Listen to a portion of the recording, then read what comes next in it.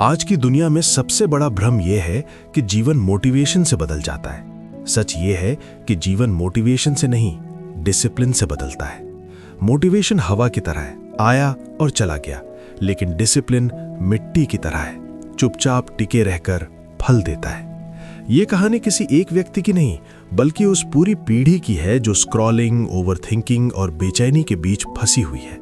ये कहानी है उस मन की जो चुनौती देखते ही भागने लगता है, उस शरीर की जो आराम का आदी हो चुका है और उस बुद्धि की जो व्यवहारिकता खोती जा रही है। 1. मोबाइल, स्क्रॉलिंग और मन का पतन। आज अगर किसी से पूछा जाए कि वो दिन में कितना मोबाइल चलाता है, तो जवाब मिलेगा पता नहीं।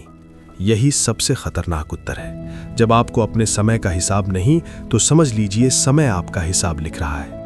लेटकर मोबाइल चलाना सिर्फ एक आदत नहीं, ये आत्म पराजय की घोषणा है। शरीर लेटा है, मन भटका है और भविष्य रुक गया है। इसलिए पहला नियम सीधा है, मोबाइल खड़े होकर चलाओ। खड़े होकर ज्यादा देर कोई स्क्रॉल नहीं कर सकता। आधे घंटे में पैर दर्द करेंगे और दिमाग बोलेगा बस अब बहुत हो गया। यही आधुनिक तपस्या है। पुराने समय में लोग जंगल जाते थे, अब जंगल हमारी जेब में है, मोबाइल के रूप में। और इस जंगल में शेर नहीं, नोटिफिकेशन है। 2. डिसिप्लिन मोटिवेशन से नहीं, मेडिटेशन से आता है। डिसिप्लिन कोई भाषण सुनकर नहीं आता, ना ही किसी मोटिवेशनल वीडियो से। डिसिप्लिन आता है अपने मन को देखने से, और मन को देखने का नाम है ध्यान। मेडिटेशन का मतलब आंख बंद करके कुछ कल्पना करना नहीं है। मेडिटेशन का मतलब है अपने विचारों को आते जाते देखना, बिना उनमें डूबे। जब आप ये देखना शुरू कर देते हैं कि विचार कैसे आपको कंट्रोल करते हैं, उसी क्षण से आप मन पर कब्जा करना शुरू कर देते हैं। जिस दिन मन आपके कंट्रोल में आ गया, उस दिन से जीवन आपके कंट्रोल में आने लगता है। 20 साल के बाद जीवन की महाभारत। महाभारत जन्म से शुरू होती है, लेकिन उसकी असली लड़ाई 20 साल के बाद शुरू होती है। तब करियर की चिंता, पैसे का दबाव, रिश्तों की उलझन, समाज की अपेक्षाएं सब एक साथ आ खड़े होते हैं। हम सब अर्जुन हैं, भ्रमित, डरे हुए और निर्णय लेने से कतराते हुए। लेकिन हर अर्जुन को एक कृष्ण चाहिए। कृष्ण मतलब सही मार्गदर्शन, सही विवेक, सही गुरु। समस्या यह है कि आज लोग कृष्ण की जगह शकुनी खोज लेते हैं, जो चाल सिखाता है, चरित्र नहीं। 4. ओवरथिंकिंग, आज की सबसे बड़ी बीमारी। ओवरथिंकिंग कोई छोटी समस्या नहीं है, ये आज के समाज की सबसे बड़ी बीमारी है। चुनौती आई, चिंता बढ़ी, स्क्रॉलिंग शुरू, नींद खराब, नशा या निद्रा, गुस्सा। आज हर आदमी गुस्से में है, घर में, सड़क पर, ऑफिस में, हर जगह। एंग्जाइटी, डिप्रेशन, स्ट्रेस, ये सब इसी चक्र का परिणाम है। स्क्रॉलिंग से कोई समस्या हल नहीं होती, उल्टा समस्या और बड़ी हो जाती है। 5. माया का एक्स्ट्रा और ब्रह्म का एक्स्ट्रा। हर इंसान ऑर्डिनरी है, फर्क सिर्फ इतना है कि वो अपने जीवन में क्या एक्स्ट्रा जोड़ता है।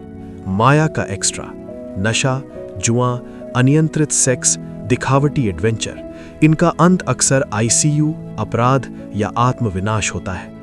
ब्रह्म का एक्स्ट्रा, खेल, योग, ध्यान, अध्ययन, स्वाध्याय। जो ब्रह्म का एक्स्ट्रा जोड़ लेता है, वही साधारण से असाधारण बनता है। 6. शक्ति दवा से नहीं, साधना से आती है। आज सोशल मीडिया दवाओं से भरा पड़ा है। शक्ति बढ़ाओ, ताकत बढ़ाओ। सच ये है कि दवा से ताकत नहीं आती, जान जाती है। ताकत आती है दंड बैठक से, दौड़ से, योग से, प्राणायाम से। रावण को देखिए, उसमें शक्ति थी, इसीलिए शंकर जी ने दर्शन दिए। शक्ति हमेशा तपस्या से आती है, सुविधा से नहीं। 7. प्रेमानंद महाराज का उदाहरण। आज के समय में अगर ब्रह्म के एक्स्ट्रा का जीता जागता उदाहरण कोई है, तो वो है प्रेमानंद महाराज। उन्होंने अपने जीवन में ध्यान, जप, योग और स्वाध्याय जोड़ लिया। वे 24 घंटे एक ही भाव में रहते हैं। जब कोई व्यक्ति लगातार ईश्वर चिंतन में रहता है, तो उसके भीतर पॉजिटिविटी अपने आप बहने लगती है।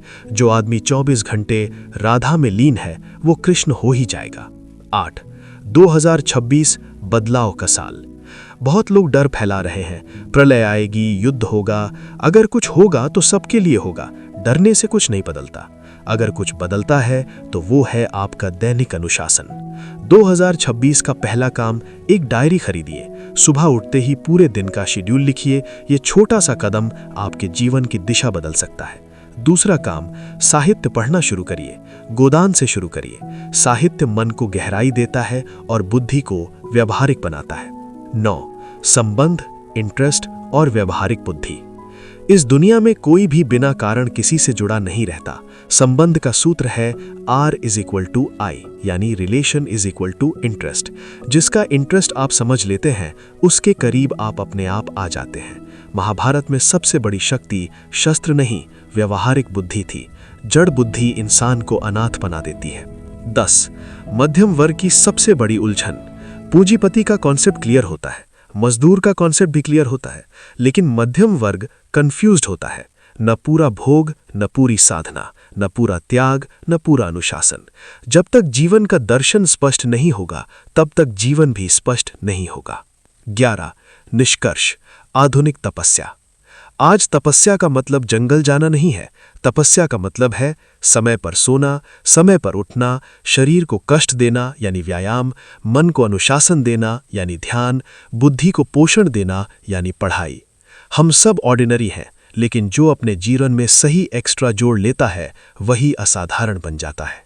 डिसिप्लिन मोटिवेशन से नहीं आएगी, डिसिप्लिन आएगी जागृति से। और जिस दिन आप जाग गए, उस दिन से आपका जीवन बदलना शुरू हो जाएगा।